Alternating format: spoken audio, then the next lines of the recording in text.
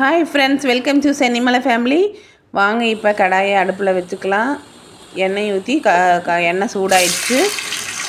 சூடானதும் உருளைக்கிழங்க கட் பண்ணி போட்டுக்கலாம். உருளைக்கிழங்க அந்த எண்ணெயிலேயே பொரித்து எடுத்துக்கணும். லேசாக பொரித்து எடுத்துக்கலாம். கொஞ்சம் மஞ்சத்தூளும் சால்ட்டும் போட்டுக்கலாம். போட்டுட்டு வதக்கி எடுத்துக்கணும். அந்த எண்ணெயிலேயே வதக்கி எடுத்து வச்சுக்கலாம். வதக்கி தனியாக எடுத்து வச்சுக்கணும். ரொம்ப வேகறக்கும் விடக்கூடாது. இப்படி எடுத்து வெளியில் வச்சுட்டு இப்போ ஹிந்திக்காரங்க ஸ்டைலில் தான் இப்போ செய்ய போகிறோம். கடுகு போட்டுக்கலாம். அதே எண்ணெயில் கடுகு போட்டுக்கலாம். கடுகு வெடிச்சதும் வெங்காயமும் கருவேப்பிலை ஒரே ஒரு பச்சை மிளகாய் போட்டுக்கலாம். நல்லா வதக்கிக்கலாம். வதங்கினதும் கொஞ்சம் ஒரே ஒரு தக்காளி போட்டிருக்கேன். தக்காளியும் போட்டு வதக்கிக்கணும். இஞ்சி பூண்டு பேஸ்ட்டும் போட்டாச்சு. இப்போ நம்ம சிக்கன் தூள் போட்டுக்கலாம்.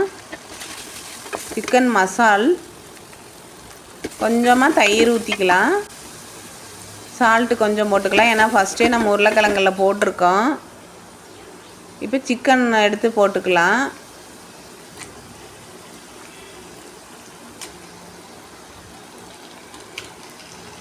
சிக்கன் போட்டுட்டு நல்லா வதக்கி விட்டுக்கணும்.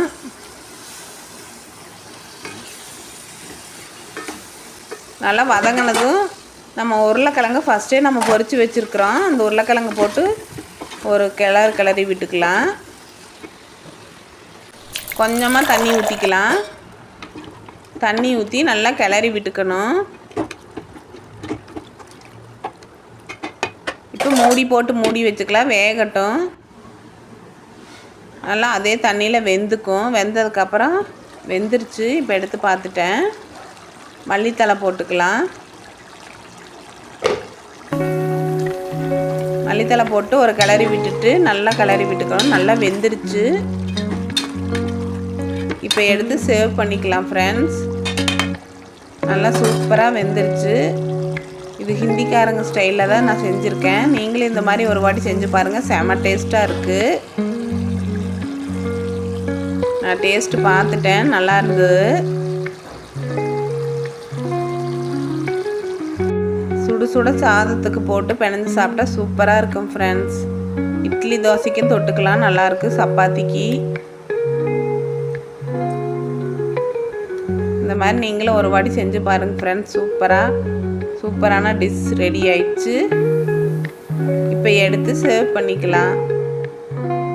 தேங்க்ஸ் ஃபார் வாட்சிங்.